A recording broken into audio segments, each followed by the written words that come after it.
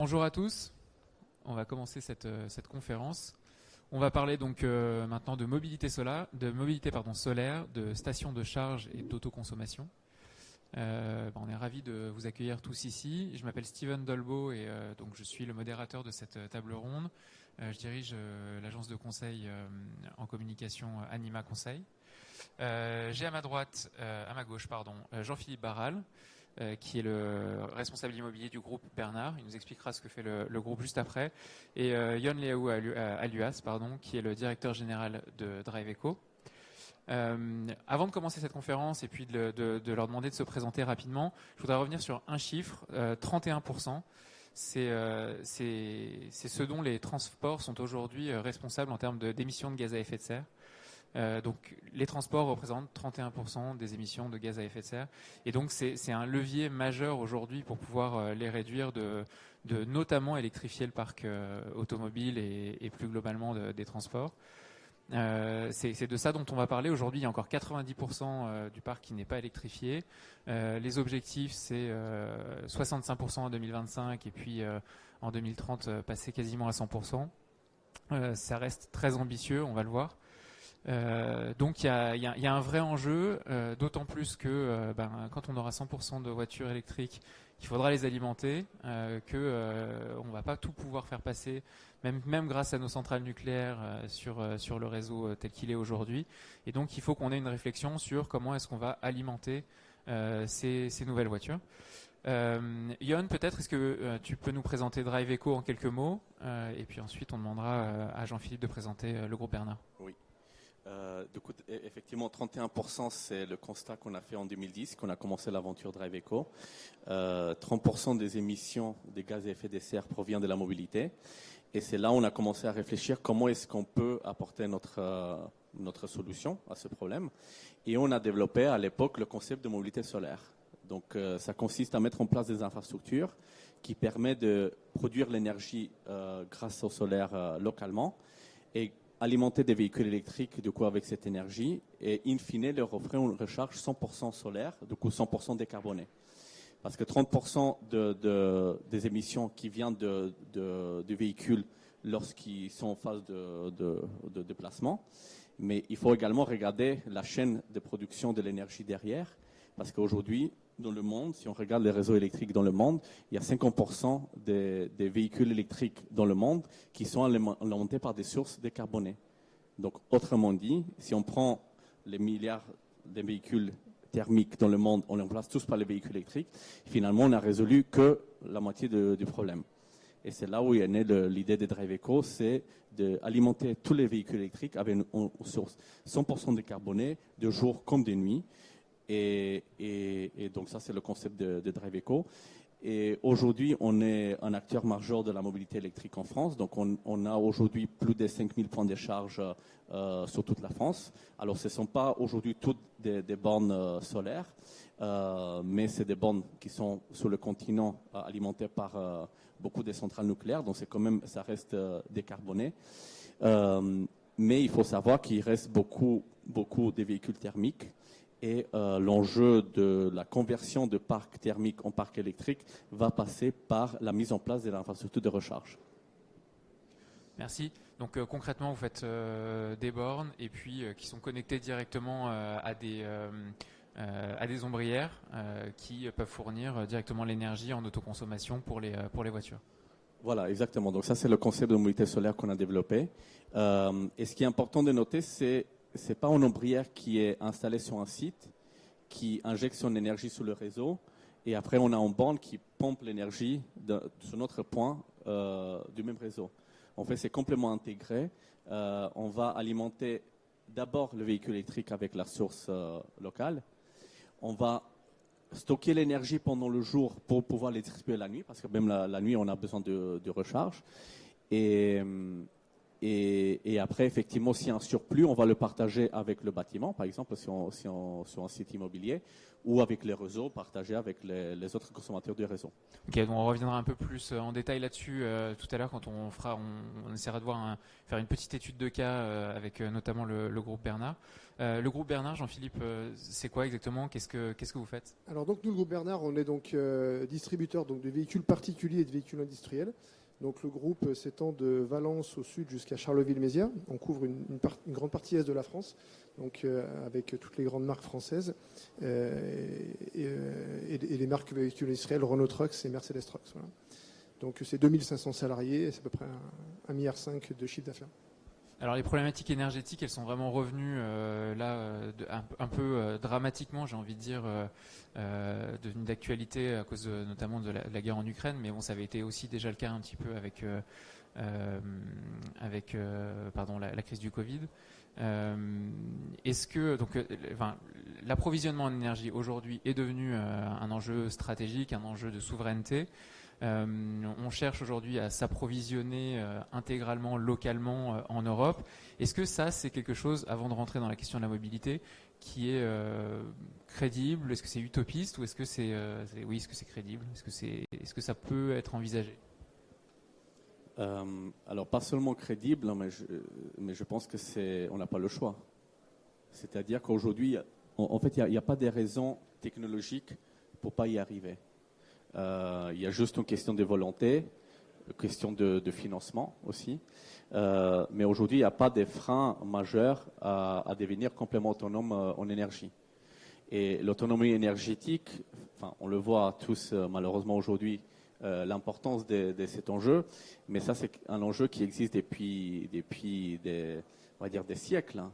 Donc, depuis la révolution industrielle, le pouvoir maîtriser son approvisionnement, c'était quelque chose de majeur. Et aujourd'hui, on voit que c'est un enjeu majeur.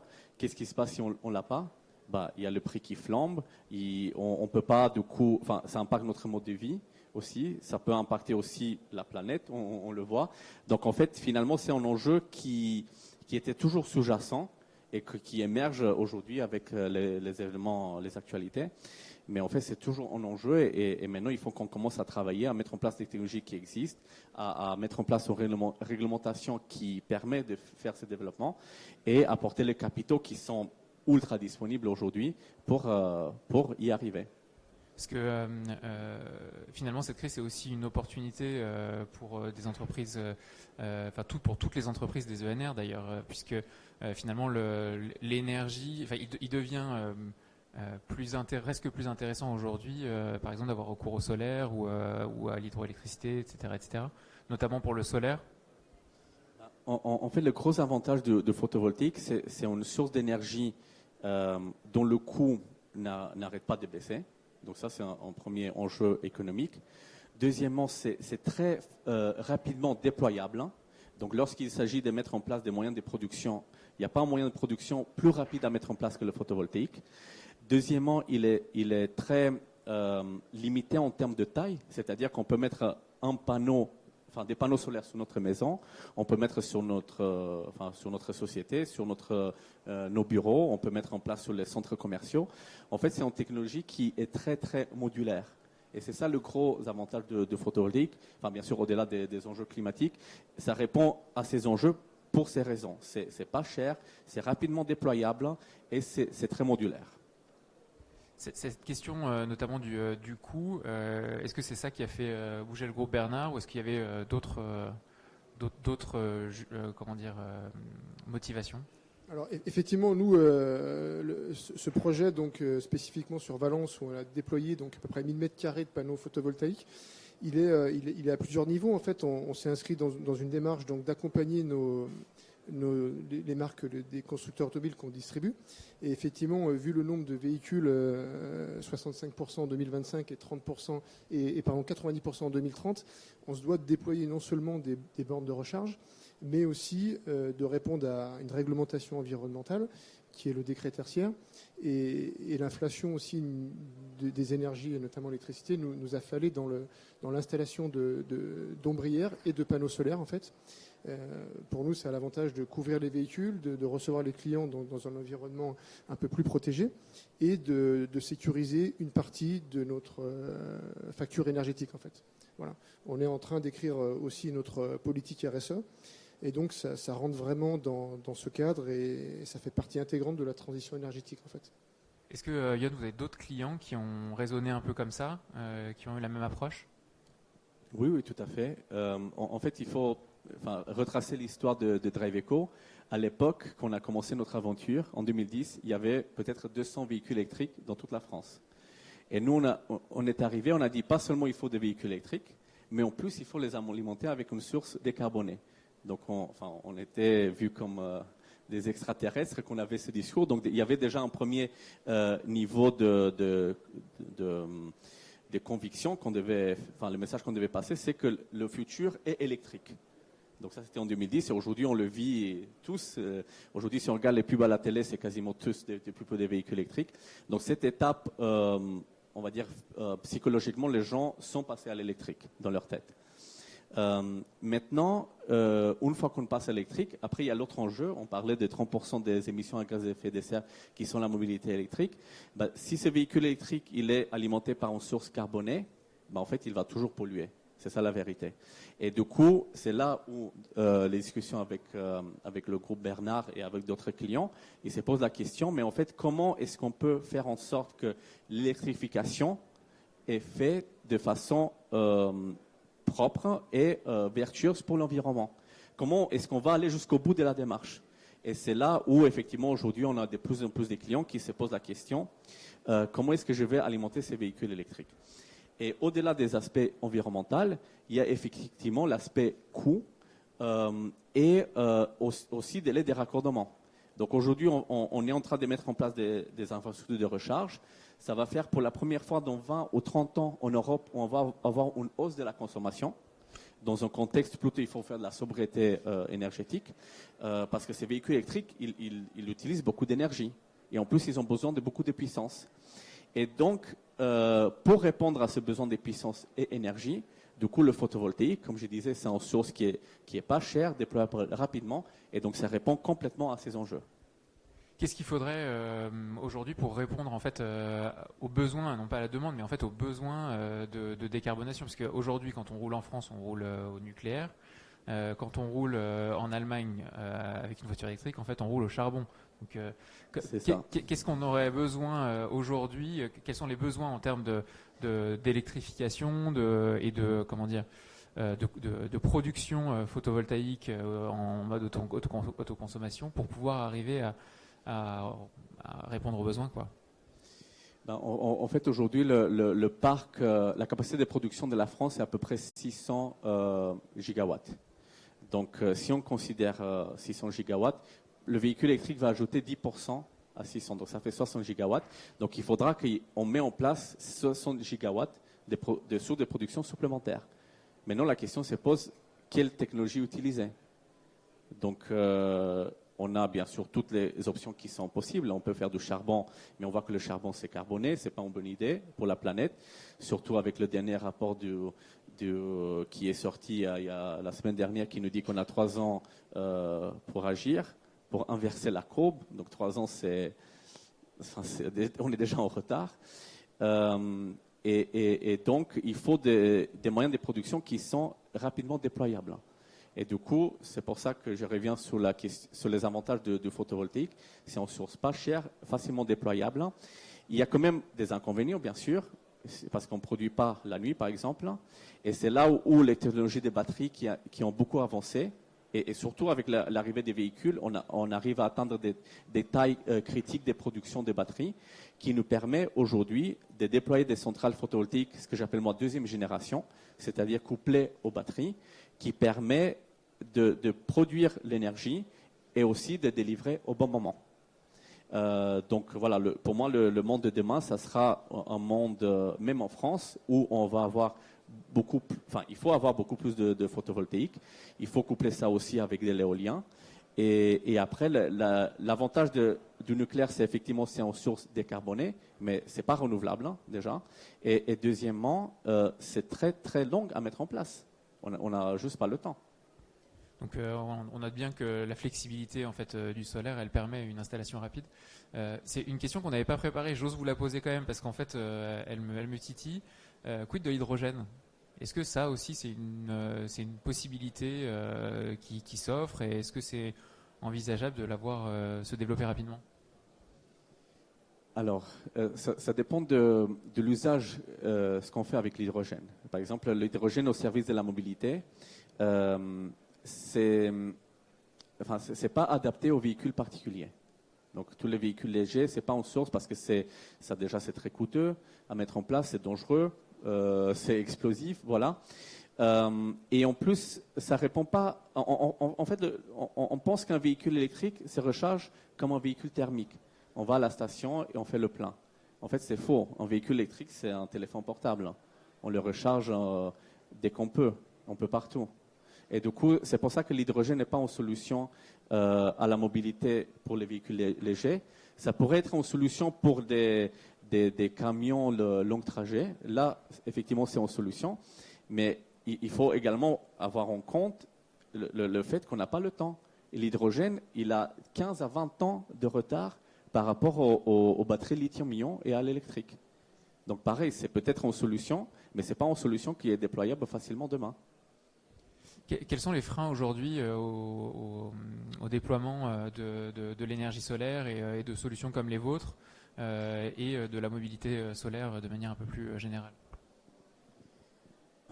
Alors, donc j'ai déjà parlé de la motivation des clients, on va dire, à franchir le pas. Après, on a quand même des difficultés réglementaires, c'est-à-dire que aujourd'hui, je constate, moi, donc j'ai fait la remarque tout à l'heure, depuis 1 ou 2 ans, où au lieu de libérer les contraintes réglementaires, par exemple liées au raccordement au réseau, ou liées aux qualifications des entreprises, ou lié par exemple aujourd'hui un programme des subventions qui ajoute de plus en plus de contraintes. Ça, c'est juste 3 exemples, mais en fait, ce que je constate, c'est qu'il y a de plus en plus de contraintes administratives et réglementaires c'est l'inverse de ce qu'on devait faire, qui freinent au lieu d'accélérer. On a vu récemment en Allemagne, ils ont passé une loi, ou en tout cas c'est une loi en discussion, dans laquelle justement ils disent que la loi doit être là pas pour sauvegarder, on va dire, l'utilisateur final. C'est pour ça qu'il y a des contraintes réglementaires, finalement c'est pour protéger le consommateur. Mais au contraire, la loi doit être là pour accélérer la transition. Donc il faut qu'on libère les contraintes administratives. En France, si on veut développer un projet solaire au sol, il faut compter 3 à 4 ans. En plus, il y a une réticence. On va dire que le gouvernement français dit qu'il faut développer plus de solaire. Quand on va au niveau de tout ce qui est gouvernance locale, en fait, oui, je ne peux pas utiliser ce terrain, ni ce terrain, ni ce terrain, ni ce terrain. OK, bon, donc on ne fait rien. Donc c'est ça le constat. En fait, il y a énormément de contraintes qui soit rendent le projet impossible, soit ils le rendent extrêmement long à concrétiser. On a parlé aussi juste avant de la multiplicité des acteurs et puis de l'entretien et des bornes de recharge, parce qu'en fait qu'effectivement, si on a une voiture électrique, qu'on arrive et que la borne ne marche pas, c'est un vrai problème vu le déploiement qu'il y a aujourd'hui. Qu'est-ce que vous avez à dire là-dessus? Est-ce que par exemple sur le fait que l'harmonisation en fait des solutions techniques et technologiques, qu'est-ce qu'on peut faire là-dessus pour améliorer les choses? Est-ce qu'il faut en passer par une réglementation justement supplémentaire, mais qui permettra au moins de clarifier le marché? Alors déjà, il y a eu donc je ne veux pas être complètement négatif parce qu'il y a aussi des choses positives, effectivement, dans la réglementation. À l'époque, on a commencé dans la mobilité, il y avait plein de standards différents pour les prises électriques, pour les connecteurs de véhicules, pour les connecteurs de bornes de recharge.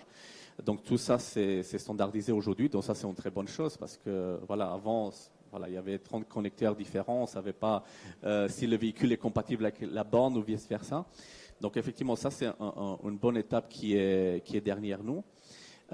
Après, au niveau on va dire de pouvoir public, ils n'ont pas compris encore les enjeux qu'il faut des spécialistes de la borne de recharge, et pas des spécialistes des fabricants, ni des électriciens, ni des sociétés qui ont des logiciels de supervision. En fait, ils ont besoin des entreprises comme la nôtre qui portent une offre complète, parce qu'une infrastructure de recharge, et je dis bien infrastructure, n'est pas une borne de recharge. C'est véritablement une infrastructure. Il y a la borne, il y a les câbles électriques, il y a les protections électriques, il faut faire des tranchées. Voilà, donc on construit finalement comme un bâtiment en fait. Et après, derrière, il y a des utilisateurs qui vont venir, qui vont utiliser cette borne. Donc, ils ont besoin d'un service qui les accompagne en cas de problème, en cas de questions. Par exemple, nous, chez Driveco, on a astreinte 24 sur 24. Je dirais que 50% des gens qui nous appellent pour nous demander comment ça marche un véhicule électrique. Je viens d'acheter un véhicule électrique, je voudrais savoir comment me recharger, où je peux acheter un câble, quelle carte utiliser. Donc, nous, on peut apporter cette réponse parce qu'on traite le problème dans sa globalité. Et voilà, tant que le problème n'est pas traité en globalité par un acteur unique, on va créer des déçus. Donc, peut-être que Jean-Philippe peut toucher quelques mots. Voilà, qu'est-ce qui se passe si on divise, du coup, le lot borne, le lot installation, le lot maintenance, etc. Et après, surtout, pour l'utilisateur final, lui, ce qu'on essaie, nous, d'éviter au maximum, c'est de créer des déçus au niveau de l'utilisateur final. Parce qu'on a tendance à oublier qu'in fine, l'enjeu, ce n'est pas de mettre des bandes de recharge. In fine, l'enjeu, c'est d'avoir la mobilité propre. Et mobilité propre, ça veut dire que quelqu'un, un individu, doit faire le choix d'abord de l'électrique. Ensuite, il y a un changement de comportement majeur. Comme je disais, il y a plein de prises différentes, il y a plein de cartes de mobilité différentes. Donc, il faut qu'on rende le processus le plus simple possible pour l'utilisateur final. Et in fine, une fois que ça c'est compris, il ne faut pas qu'il arrive sur une borne et qu'il n'arrive pas à se recharger. Ça, c'est la catastrophe. En fait, il va revenir au thermique. Au thermique, c'est simple. Je vais à la station d'essence, je mets le pistolet, je fais mon plein et je repars. Donc, voilà, c'est toutes ces notions-là qu'il faut avoir en tête et surtout, il faut les maîtriser. Jean-Philippe, peut-être sur les difficultés ou les freins que vous avez identifiés au moment du lancement du projet. Quels ont été les points de vigilance en fait que vous avez eus quand vous avez fait appel à Driveco et que vous avez dit bon, bah, voilà, on va mettre en place ce projet? Alors c'est vrai qu'on avait contacté effectivement plusieurs prestataires. On avait déjà développé avec Driveco donc l'installation des bornes de charge. Et c'est vrai qu'on avait un accompagnement global qui était très intéressant sur du conseil en amont, sur une vraie maîtrise d'œuvre de A à Z, avec un produit qui était sourcé essentiellement en Europe aussi. Voilà, la crise du Covid avec les pénuries de semi-conducteurs dans l'automobile, on sait ce que c'est. C'était très compliqué sur certaines livraisons de véhicules. Donc l'accompagnement était vraiment global et la mobilité, c'est aussi effectivement produire de l'électricité verte. Donc c'est vrai que sur par exemple tous nos bâtiments en construction, on prévoit des toitures qui pourront recevoir des panneaux solaires parce qu'effectivement il y a nous on écrit notre politique RSE, il y a un coût d'inflation qui est très important en ce moment. Donc c'est vrai qu'après les freins c'est effectivement toujours du budget, il faut budgétiser tout ça. Même si effectivement on sécurise le coût de l'électricité, il y a quand même un prix de départ à mettre.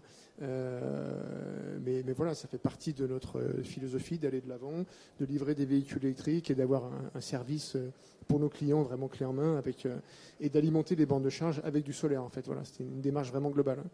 Sur le sujet des financements, est-ce qu'il y a des crédits d'impôt auxquels vous avez pu faire appel et est-ce que les banques vous ont suivi facilement? Alors les banques nous suivent facilement. C'est vrai qu'elles ont des scopes. En fait, elles ont un pourcentage de financement à faire au niveau de tous les grands financeurs. Donc ça, c'est pas trop un problème. Après, au niveau des aides d'État, c'est vrai que ce qu'on appelle les C2E, c'est plus compliqué. C'est régional et certaines régions vont vous accompagner, d'autres pas du tout, ou que sur une partie de l'étude et non pas sur l'installation. Donc oui, au final, c'est des budgets, c'est une volonté quand même d'entreprise de mettre en place des systèmes d'énergie et de production d'électricité propre en fait, verte. Donc ça, c'était un premier projet à Valence, ou s'il y en avait eu d'autres? Alors celui-ci, c'est un premier projet qui en appellera d'autres. On a déjà donc des études en cours sur des bâtiments qui sortiront de terre en 2022 et en 2023. Et on étudie avec Driveco une cartographie par rapport à notre périmètre sur tout l'est de la France, de savoir où on pourra mettre en place et développer ces installations. Voilà. Et alors aussi bien en autoconsommation, c'est vrai que j'en ai pas parlé tout à l'heure, mais Valence c'est vraiment une installation où on va produire notre propre énergie en fait. On va consommer 80% de ce qu'on produit. Et par contre sur d'autres installations, il se pourrait que Driveco porte financièrement des installations pour couvrir des très grands parkings hein, où on a des stockages de voitures, où là on leur mettra à disposition des surfaces en fait. Et Driveco portera l'installation donc d'ombrières. Voilà. Là, sur un projet comme celui-ci, sur combien d'années vous regardez votre investissement ? Alors, on le regarde sur plus de 10 ans, en fait. Mais voilà, il y a un intérêt à plusieurs niveaux. C'est vrai que le coût de l'inflation fait que les ROI, forcément, ne font que s'améliorer en ce moment. Donc ça, on le voit au jour le jour hein, sur nos factures énergétiques. Mais c'est une volonté vraiment d'écrire une politique qui reste dans le temps. Voilà, c'est une volonté d'entreprise aussi. Hein. Alors si les ROI sont assez hauts, c'est parce que les prix de l'énergie sont assez hauts, c'est ça ? Alors il y a plusieurs choses. Quand on installe des panneaux solaires sur des ombrières, il faut effectivement payer, amortir le coût des ombrières et le coût des VRD, hein, des installations. Par contre, dès qu'on travaille sur des toitures, c'est beaucoup plus rentable. Là, on arrive à baisser, à être en deçà de 10 ans pour rentabiliser le projet. Et donc il y a quand même une question du coût de l'énergie. Le coût de l'énergie, il est quand même beaucoup lié à la situation géopolitique. Est-ce que on peut s'attendre à ce que, parce que quand on réfléchit à un projet comme ça, j'imagine qu'en réfléchissant sur 20 ou 10 ans, il faut quand même qu'on ait une idée de l'évolution du coût de l'énergie sur une certaine période. Comment est-ce que, Yon, vous pouvez prédire en fait que le coût de l'énergie sur 20 ans va rester en progression ou en tout cas va pas chuter, parce que c'est un peu ça qui conditionne la réussite du projet, quoi. En fait, il faut savoir que les projets solaires en France, ils étaient rentables avant cette crise. Donc, en fait, le temps parce que le coût de photovoltaïque ont beaucoup baissé. Je pense qu'ils ont baissé de 90% dans 7 ou 8 ans. Donc, c'est énorme comme progrès. Et aujourd'hui, le fait que le prix d'électricité qui vient du réseau est plus élevé, ça fait que le projet il est plus rentable, il est rentable plus rapidement, tout simplement. Mais même avant, on avait des retours sur investissement, on va dire entre 12 et 15 ans. Donc, 12 et 15 ans, ça peut paraître long, on va dire, pour quelqu'un qui fait ça dans une but purement financier. Mais si on regarde, nous, les fonds avec lesquels on travaille, c'est des fonds infrastructures qui ont vision très long terme, c'est-à-dire 20, 25, 30 ans. Et 20, 25, 30 ans, ça correspond à la durée de vie de l'installation. Aujourd'hui, on arrive à faire des centrales au sol sur lesquelles on signe des baux avec le propriétaire du terrain sur 30 ans, parfois sur 50 ans. Donc en fait, on sait que le photovoltaïque, c'est une technologie qui une fois qu'on l'a installée, en fait, elle ne bouge pas. Elle va durer 40, 50 ans. On l'a fait déjà dans l'espace. Il y a des panneaux solaires dans l'espace qui sont là depuis le début de l'exploration de l'espace. Donc voilà, c'est pas un problème technologique, c'est plus un problème de allocation de capital. Est-ce que j'ai envie de produire mon propre énergie? Donc ça, c'est la réponse du groupe Bernard est oui, pour toutes les raisons qui ont été évoquées. Et donc du coup, il faut regarder ça beaucoup, au-delà de l'aspect financier, mais c'est sécuriser son approvisionnement, accepter que j'ai un capital qui ne va pas être remboursé tout de suite, mais sur 10 à 15 ans, et après se dire, en fait, une fois que l'investissement est rentabilisé, j'ai une énergie quasiment gratuite. Parce que la maintenance sur le panneau solaire, c'est très, très, très sommaire. Il n'y a quasiment rien à faire, il y a une visite annuelle à faire, à vérifier, à nettoyer de temps en temps. Mais voilà, le coût d'exploitation, il est très très faible. Donc c'est ça, il faut avoir cette vision long terme, c'est dire, après 15 ans, en fait, je suis mon propre producteur d'énergie, mais avec une énergie gratuite. Merci à tous les deux. Je voudrais faire monter sur scène Nicolas Arros, qui est donc ingénieur d'affaires chez Driveco, et qui a piloté le projet notamment qui est de Valence. Bonjour Nicolas. Bonjour. Peut-être première question, quand vous arrivez chez un client, quelle est la première chose que vous faites? Qu'est-ce que vous regardez en premier avant de lancer, de voir si un projet est faisable ou pas, en fait, tout simplement? Alors, déjà en amont, en fait, avant d'arriver chez le client, on va essayer d'avoir une première approche pour voir un peu le terrain et voir le potentiel photovoltaïque qu'on pourrait avoir sur le site. Alors Donc, le micro un tout petit peu plus près oui. pour qu'on on vous entende. Pour voir le potentiel solaire qu'on peut avoir sur le site.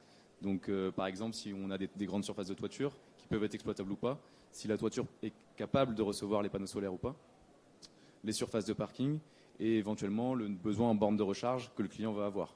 Donc en l'occurrence sur le projet sur lequel on a travaillé avec Jean-Philippe, sur la concession de Renault-Valence, on avait donc un bâtiment sur lequel on ne pouvait pas mettre de panneaux solaires parce que la charpente n'aurait pas pu supporter la surcharge. Et on avait donc beaucoup de place par contre sur les parkings pour mettre des ombrières photovoltaïques et un besoin en borne de recharge. Donc on a donc installé, en tout cas pour le moment, 6 points de charge 22 kW courant alternatif et un point de charge courant continu 50 kW. Voilà. Une question qu'on n'avait pas prévue, donc je prends un peu de cours, mais on en avait parlé lors de la présentation, de la préparation, pardon. Est-ce qu'on peut installer partout le type de solution qu'on a installé à Valence? Est-ce que c'est faisable par exemple à Arras? Est-ce que c'est faisable à Dunkerque? Oui, alors c'est des solutions sur les parkings en tout cas où c'est assez facile d'installation. Après, il faut voir, il y a quand même des composantes dans le photovoltaïque de région, évidemment. Si on est à Arras, on va moins produire qu'à Valence, par exemple, ou qu'à Marseille. Après, on a des composantes de raccordement aussi. Alors nous, on travaille beaucoup en autoconsommation, donc il faut étudier un peu le site et la puissance de raccordement qu'on pourra mettre en place sur le site. Après, donc on a toujours des solutions, comme le disait Yon, où on peut mettre en place des batteries aussi également. Mais potentiellement, en tout cas, avec la montée des prix de l'électricité, l'autoconsommation, comme vous le disiez, a une rentabilité qui est de plus en plus importante, enfin de plus en plus faible, pardon. Et donc on peut même dans le Nord mettre en place un projet photovoltaïque qui sera rentable sous 12 à 15 ans maximum sur ombrière et un peu moins sur les toitures par exemple. Et on fait d'ailleurs des projets dans le Nord, notamment on en a fait un à Béthune sur lequel on a mis une centrale photovoltaïque, une éolienne aussi, du stockage pour alimenter des bornes de recharge pour véhicules électriques et le bâtiment si les bornes ne sont pas utilisées. Alors là, vous parlez de stockage, parce que c'est aussi intéressant. Je pense que c'est un peu lié aussi à l'autoconsommation. À un moment donné, si on veut pouvoir continuer à charger la nuit, si on veut pouvoir utiliser le mieux possible, en fait, optimiser l'utilisation de l'énergie, il faut du stockage. Comment est-ce que vous, dans quel type de projet vous mettez du stockage? Quand est-ce que c'est utile et comment est-ce que ça fonctionne en fait? Alors, on fait pas mal de projets avec stockage, donc ça dépend en fait du client et des sites sur lesquels on va installer. On a certains clients qui souhaitent avoir une recharge vraiment, comme le disait Yann au tout début, une recharge 100% photovoltaïque. Donc ils veulent, pour leur flotte de véhicules ou pour leurs clients, garantir une recharge 100% photovoltaïque, 100% verte, pour soit un aspect communication ou voilà, pour d'autres aspects. On a aussi certains clients qui tout simplement n'ont pas la puissance disponible sur le site, la puissance de raccordement, pour pouvoir installer un certain nombre de bornes de recharge. Et donc là, le couplage photovoltaïque plus batterie va être intéressant, puisqu'on va pouvoir stocker l'énergie quand aucun véhicule se charge et la restituer, par exemple le soir, lorsqu'il n'y a plus d'énergie solaire disponible. Et donc là c'est vrai que sur ce dernier point, on a beaucoup de clients qui ont des demandes là-dessus. Est-ce que le stockage avec l'énergie solaire, il permet d'être totalement autonome? J'imagine que ça dépend un peu de la taille des projets, de la consommation. Oui, exactement. Donc ça dépend de la puissance de stockage, de la capacité de stockage qu'on va mettre en place sur le site. Ça dépend de la centrale photovoltaïque qu'on va mettre en place et aussi du besoin en borne de recharge que le client va vouloir. Après, nous, chez DriveEco, on a un système de pilotage énergie qui est assez performant, qui permet en fait de piloter en temps réel l'énergie délivrée par les bornes de recharge en fonction de différents éléments sur le site. Donc, par exemple, en fonction de la puissance photovoltaïque à un instant T, de la puissance soutirée par le bâtiment ou soutirée par les bornes de recharge et de la capacité, de l'état de charge des batteries. Donc on va pouvoir, en gérant tous ces éléments, en pilotant tous ces éléments, garantir une recharge 100% photovoltaïque. Et c'est là notre expertise au niveau études, à pouvoir dimensionner un tel projet pour que ça fonctionne tout au long de l'année.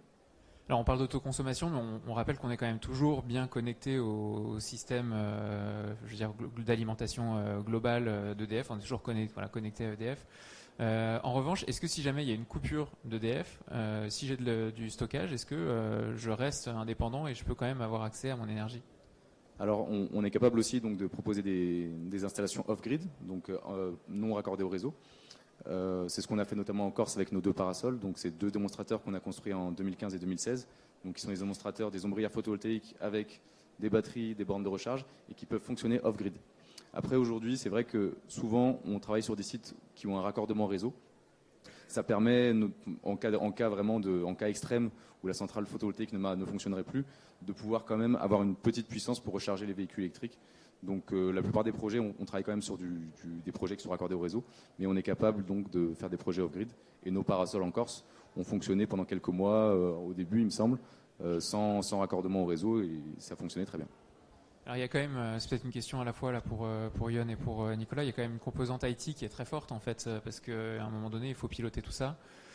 Aujourd'hui, vous diriez que vous êtes plutôt une entreprise de l'IT ou plutôt une entreprise des énergies renouvelables? Alors, je pense qu'on est les deux finalement. Et comme je disais, en fait, il faut gérer le projet dans sa globalité. Donc, je peux aussi dire qu'on est en entreprise de BTP, on est en entreprise de IT, on est en entreprise aussi des financements parce qu'il faut aussi apporter des solutions de financement. En fait, on a consulté au sein de Driveco, donc aujourd'hui on est plus de 50 personnes et on est divisé en plusieurs équipes avec chacun des compétences métiers qui sont nécessaires pour un déploiement d'un projet global. Et du coup, voilà, Nicolas, il maîtrise les aspects commerciaux et techniques. Après, derrière, on a une équipe de déploiement qui gère toute la partie installation. On a une équipe d'exploitation, donc qui répond, comme je disais, on a un numéro sur chacun de nos bornes qui est disponible 24 heures sur 24 pour l'utilisateur final. Et du coup, le système de supervision derrière qu'on a développé, du coup, en partenariat avec le CEA, enfin spécifiquement l'Institut national d'énergie solaire, qui nous permet d'avoir la main en permanence sur toutes nos installations, d'avoir des remontées des informations dans les deux sens. Ça, c'est important à le noter. C'est pas seulement des bornes qui nous envoient des informations, mais nous également on peut agir. Et avec un système de alarme et alerte qui nous permet de remonter des dysfonctionnements et agir rapidement pour le lever. Donc, on fait avancer tous ces aspects-là. Donc, on devient de plus en plus performant dans la partie installation. Donc, avant, on faisait que l'installation sur les sites privés. Maintenant, on gère également la partie raccordement Enedis. Sur les systèmes de supervision, on a une équipe de 6 développeurs informatiques qui travaillent en permanence pour le faire évoluer. On a également, donc je vous invite tous à aller sur Apple Store, Google Play. On a une application mobile qui permet de cartographier nos bornes de recharge et de suivre sa recharge à distance en temps réel. Donc voilà, on va de plus en plus loin dans tout ce qui est mobilité électrique. Juste peut-être un dernier petit mot sur les compétences chez vos clients, parce que j'imagine que pour pouvoir mener un projet comme ça aussi, il faut être un peu sensibilisé. Peut-être qu'il faut aussi un peu comprendre ce que va nous dire l'ingénieur commercial ou le technicien qui est en face de nous. Donc la question s'adresse peut-être plutôt à Jean-Philippe. Comment est-ce que vous avez, est-ce que c'est une compétence que vous avez intégrée ou est-ce que ça se fait par la force des choses, par l'appétence ? Alors en fait, c'est des sujets qu'on a partagés dans le groupe en interne avec bien sûr plusieurs services. Mais effectivement, les retours, on a aussi acquis une expérience parce qu'effectivement, on devait créer ce nouveau besoin en fait. Et donc du coup, ce qu'on a bien aimé, c'est les approches et la côté pragmatique de Driveco et de savoir nous accompagner sur tout le processus, effectivement, de la démarche du mandat Enedis en fait. Parce que nous, on est un service immobilier interne, propre au groupe automobile que nous sommes. Mais en fait, Driveco nous accompagne aussi bien sur les démarches administratives que sur les études de rentabilité, que sur l'installation, la mise en service. Voilà. Donc c'était vraiment un accompagnement global, mais c'est vrai qu'on a dû effectivement rentrer dans le vif du sujet et un peu se creuser les neurones de temps en temps pour bien comprendre tous les tenants aboutissants. Mais c'est vrai que jusqu'à maintenant, c'est une très bonne expérience et c'est pour ça qu'on va continuer le développement. Hein. Merci beaucoup. Alors, c'est le moment des questions maintenant, mais avant d'ouvrir les questions, je voudrais juste faire un petit sondage dans la salle. Qui sont les personnes qui roulent déjà à l'électrique aujourd'hui ? Est-ce qu'elles peuvent lever la main ? Il y en a quand même quelques-unes. Je pense qu'on doit être dans les 10%, effectivement, d'aujourd'hui. Alors, est-ce qu'il y a des questions dans la salle ? Oui, madame.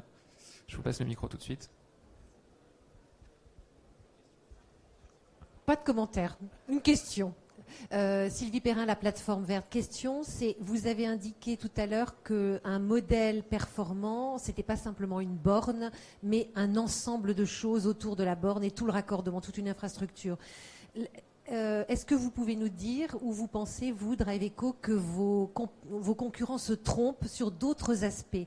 C'est-à-dire, finalement, quels sont les concurrents qui ne vont pas vers le bon endroit pour développer leur projet, que ce soit territorial, approche, etc. Est-ce que vous pouvez répondre à cette question? C'est une question difficile parce qu'on va donner des solutions à nos concurrents. Mais je pense qu'effectivement, j'ai touché quelques mots des réponses. En fait, si on regarde la chaîne des valeurs, pour mettre en place des infrastructures de recharge, on a d'abord les fabricants de matériel, les fabricants de bandes de recharge. Ensuite, on a les électriciens installateurs, on a les équipes de maintenance, on a les développeurs informatiques qui font les logiciels de supervision. Et en fait, ce n'est pas vraiment une question de qui se trompe ou pas. En fait, c'est une question stratégique. Où est-ce qu'ils veulent se positionner sur cette chaîne de valeur? Et nous, ce qu'on dit, c'est que le client final, lui, ce dont il a besoin, c'est de l'ensemble de la chaîne. Et du coup, il faut des entreprises qui sont capables de le maîtriser complètement pour que le client, il n'a pas besoin de gérer toutes ces interfaces-là. Après, voilà, il y a des fabricants des bandes qui se développent très bien uniquement en fabriquant les bandes de recharge, en les revendant aux électriciens, aux distributeurs. Donc ça, c'est leur modèle.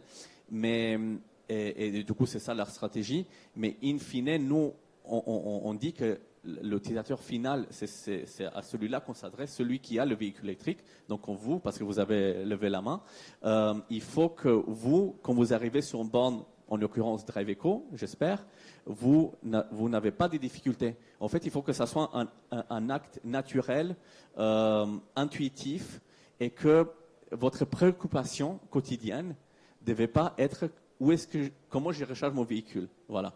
Donc c'est ça qu'on essaie d'apporter comme réponse. Et donc voilà. C'est ça qu'on cherche à faire, et c'est ça notre positionnement sur le marché et sur la chaîne de valeur. Alors peut-être du coup, pour rebondir à la question qui a été posée, c'est que ça veut dire aussi qu'il faut qu'il y ait suffisamment de bornes pour pouvoir le faire. Où est-ce qu'on en est du déploiement justement de ces bornes? Alors en termes de déploiement, donc l'État s'est fixé un objectif d'avoir 100 000 bornes ouvertes au public en fin 2021.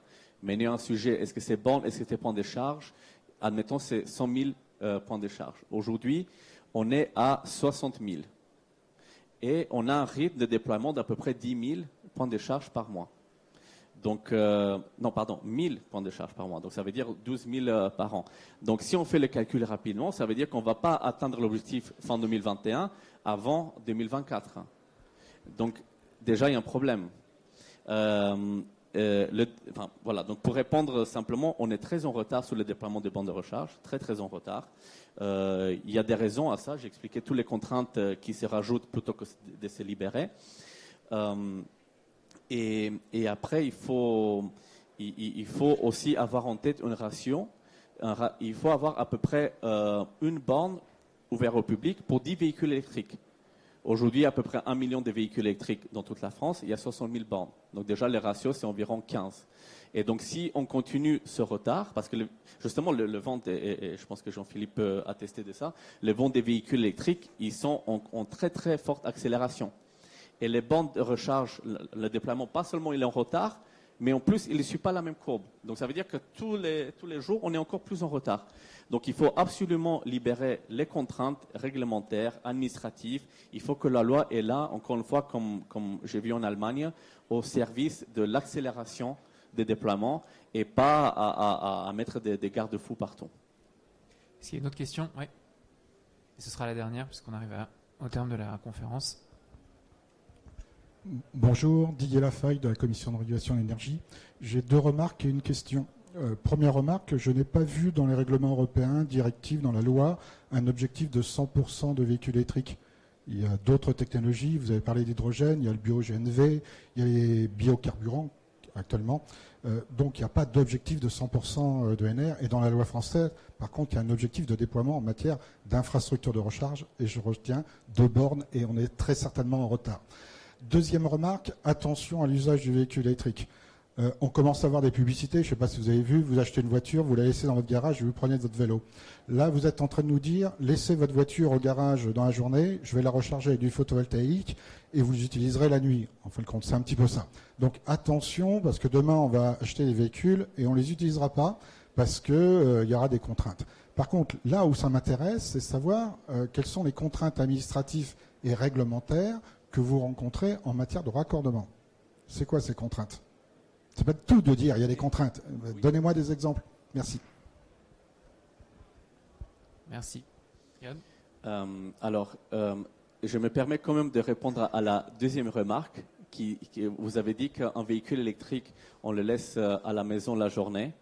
En fait, comme je disais, le panneau photovoltaïque, on ne va pas l'installer, enfin, en tout cas, nous, on ne l'installe pas dans les maisons ou dans les lieux résidentiels. On les installe dans nos entreprises.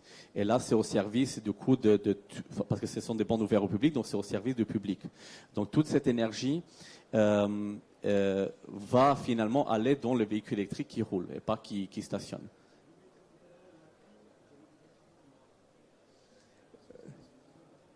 Alors, peut-être c'est suffisant aujourd'hui. Alors, on va pas rentrer dans un débat sur le nucléaire parce que c'est pas l'objet, mais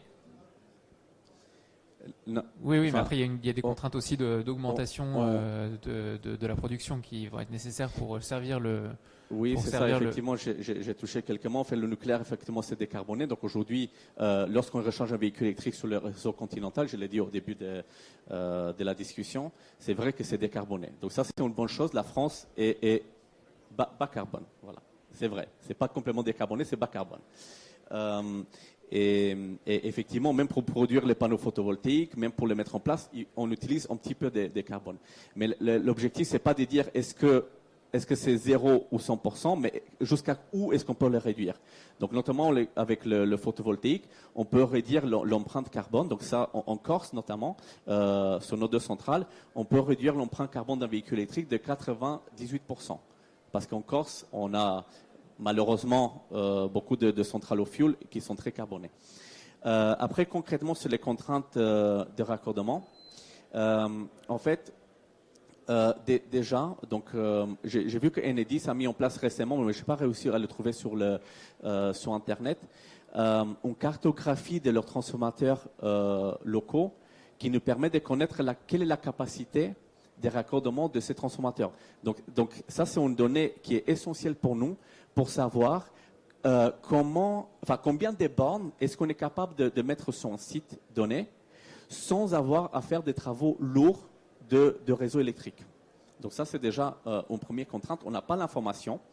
Une deuxième contrainte, c'est une contrainte de temps. C'est-à-dire que pour avoir l'information, du coup, il faut appeler l'Enedis, il faut avoir le bon contact.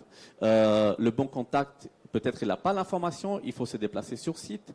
Lorsqu'il se déplace sur site, voilà. Donc tout ça, en fait, c'est extrêmement long et il n'y a pas une feuille de route. Aujourd'hui, tous les jours, on doit découvrir parce que sur une région, c'est comme ça, sur une autre région, c'est autrement. Donc, si on pouvait avoir justement une plateforme centralisée, comme par exemple on a chez RTE avec les postes sources, on connaît la capacité qu'il y a sur chaque poste source, ça nous permet, dès la phase conception, de prendre en compte les contraintes du réseau qui sont des contraintes qu'on doit prendre en compte. C'est des contraintes, on vit dans un monde des contraintes, il faut les prendre en compte. On ne peut pas juste dire que le réseau est limité.